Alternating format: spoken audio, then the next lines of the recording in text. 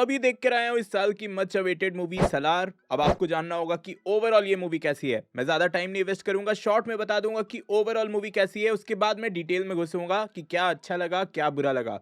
तो overall movie कह सकते हो कि ना ही बहुत अच्छी है ना ही बहुत बेकार है। ठीक ठाक सी मूवी है जो कि आप वन टाइम एंजॉय कर सकते हो। अगर आप प्रशांत नील के नाम से एक्सपेक्ट कर रहे हो कि ये केजीएफ लेवल की होगी तो नहीं। मैं क्लियर कर दूं कि हाँ, केजीएफ चैप्टर 1 लेवल की नहीं है, लेकिन हाँ चैप्टर 2 के लेवल की कह सकते हो कि आसपास है। लेकिन फिर भी मैं कहूंगा कि चैप्टर 2 में भी जो मास मोमेंट्स थे वो बहुत ज्यादा थे। यहाँ सलार में उतने ज्यादा मास मोमेंट्स नहीं है। मतलब कुछ मोमेंट्स ऐसे आएंगे जहां आप बोलोगे कि वाह मजा आ गया, फिर बहुत सारे मोमेंट्स ऐसे रहेंगे जहां आप बोर हो रहे होगे, या फिर स्टोरी चल रही होगी, या फिर स्टोरी के नाम पर थोड़ा स्लो मोशंस का ज्यादा यूज किया जा रहा होगा। तो हाँ, कुछ इस तरह का एक्सपीरियंस है। ओवरऑल मूवी ठीक ठाक है, ना ही बहुत अच्छी ना ही बहुत बुरी। अब डिटेल में घुसे तो एज एक्सपेक्टेड ट्रेलर से पता चल ही गया था कि यहाँ केजीएफ के टेम्पलेट को बहुत अच्छे से फॉलो किया गया है। और मुझे फील हुआ कि यहाँ एग्जैक्टली केजीएफ के बहुत सारे एलिमेंट्स को उठाकर डाला गया है। जैसे कि one of the major part था केजीएफ का कि एक बंदा स्टोरी एक्सप्लेन कर रहा होता था, दूसरा सुन रहा होता था।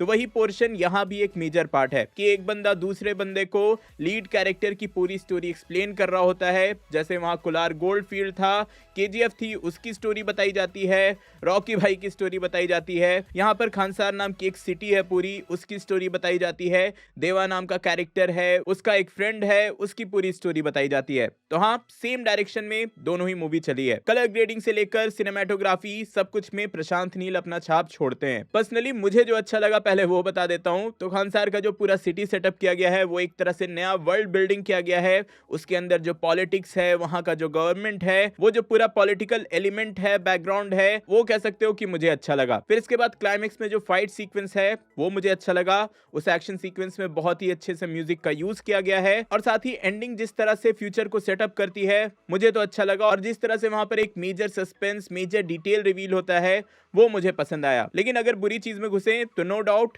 प्लॉट अच्छा है, अच्छा एलिमेंट है, बहुत ही अच्छे से प्रशांत नील इसको यूज कर सकते थे। लेकिन ऐसा फील होता है कि स्टोरी को बहुत ही ज्यादा खींचा गया है। मतलब थोड़ा मोड़ा नहीं, बहुत ज्यादा खींचा गया है। मतलब लिटरली 3 घंटे की मूवी है, 2 घंटे तक आप सेटअप ही करते रह जाते हो कि चल क्या रहा है, हो क्या रहा है। फिर उसके बाद थोड़े मोड़े डिटेल्स रिवील होते हैं, थोड़ा एक्साइटमेंट बढ़ता है, तो पता चलता है कि भाई अब नेक्स्ट पार्ट का वेट करो। तो ये मेरे लिए थोड़ा डिसअपॉइंटिंग हो गया। फिर हाँ, इतना टाइम लेने के बाद भी खानसार का सिटी जो सेटअप किया गया है उसमें इतने सारे डिटेल्स दे दिए गए हैं कि मैं श्योर हूँ कि आप ट्रैक नहीं रख पाओगे। उसके लिए एक सेपरेट वीडियो बनाना पड़ेगा कि उसमें क्या क्या है, क्या पॉलिटिकल एलिमेंट्स हैं, कैसे कैसे डिवाइड किया गया। मतलब उन सारे एलिमेंट्स को अगर आप 2 पार्ट में बना रहे हो तो 2 पार्ट में स्लोली डिवाइड किया जा सकता था। लेकिन यहाँ ये डिसाइड किया गया कि भाई पहले इसी मूवी में पूरा का पूरा एलिमेंट सेटअप कर दिया जाए, सारे डिटेल्स शेयर कर दिए जाएं, जो कि ओवरवेलमिंग लगता है। मतलब उतना एक बार में एक बंदा ट्रैक रख पाए पॉसिबल नहीं है। मूवी के बीच बीच में ऑब्वियसली मास मोमेंट्स हैं जिसमें आप चीखते हो, चिल्लाते हो, एंजॉय करते हो, लेकिन वो मास मोमेंट बहुत ही कम टाइम के लिए आता है। मैक्सिमम टाइम मूवी में भरा है तो बहुत सारे स्लो मोशंस, बहुत सारे स्लो मोशंस और बहुत सारे स्लो मोशंस।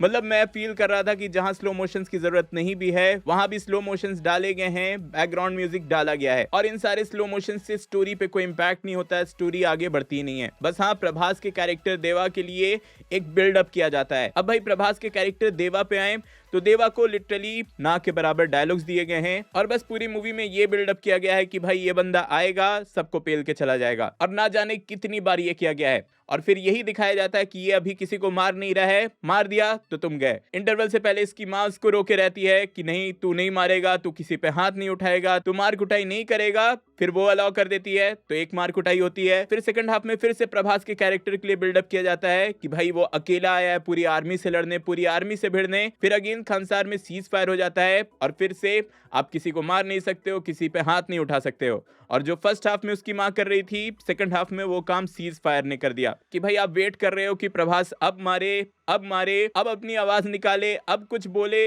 अब हाथ उठाए, लेकिन नहीं, आपको फिर से 2 घंटे का वेट करना पड़ता है। उसके बाद एक एक्शन सीक्वेंस मिलता है। तो हाँ, इससे ये लगता है कि इस कैरेक्टर को इस मूवी में बस बिल्डअप दिया गया है कि भाई ये बंदा मारेगा तो सामने वाला उठने वाला नहीं है। और यही बिल्डअप पूरे के पूरे मूवी में कई बार है। कह सकते हो कि ये जो पूरी ही मूवी थी वो सेकंड मूवी का बिल्डअप है, उसके लिए इसको सेटअप किया गया है। और इसमें कुछ था ही नहीं। हाँ, ये कह सकते हो कि दोनों दोस्तों की जो बैक स्टोरी दिखाई गई है वो काफी अच्छे से ऑडियंस के साथ इमोशनली कनेक्ट कर पाती है। मतलब आप उनकी फ्रेंडशिप को फील कर पाओगे। ओवरऑल डायरेक्शन अच्छा है, प्रशांत नील का जो स्टाइल होता है वही स्टाइल में पूरी की पूरी मूवी है, लेकिन कई सारे मोमेंट्स बहुत ज्यादा स्ट्रेस्ड किए गए हैं। सिंपल प्लॉट को बहुत ज्यादा लंबा खींचा गया है। पर्सनली मुझे मूवी में जो इंटरनल पॉलिटिक्स चल रहे थे, जिस तरह से वर्ल्ड बिल्डिंग की जा रही थी और जिस तरह का क्लाइमेक्स यहाँ दिखाया गया वो अच्छा लगा। इसको छोड़कर मुझे मूवी में कुछ खास पसंद नहीं आया। क्लाइमेक्स वाले सीक्वेंस से पहले तक कुछ मोमेंट्स में मैंने एंजॉय किया, बाकी सब में मैं बोर ही हो रहा था। आपका कैसा एक्सपीरियंस रहा कमेंट में जरूर बताना। ये था मेरा सलार का पर्सनल ओपिनियन, पर्सनल रिव्यू। आप भी अपना फीडबैक कमेंट में जरूर शेयर करना और हाँ, चैनल पे नए हो तो सब्सक्राइब करके जाना।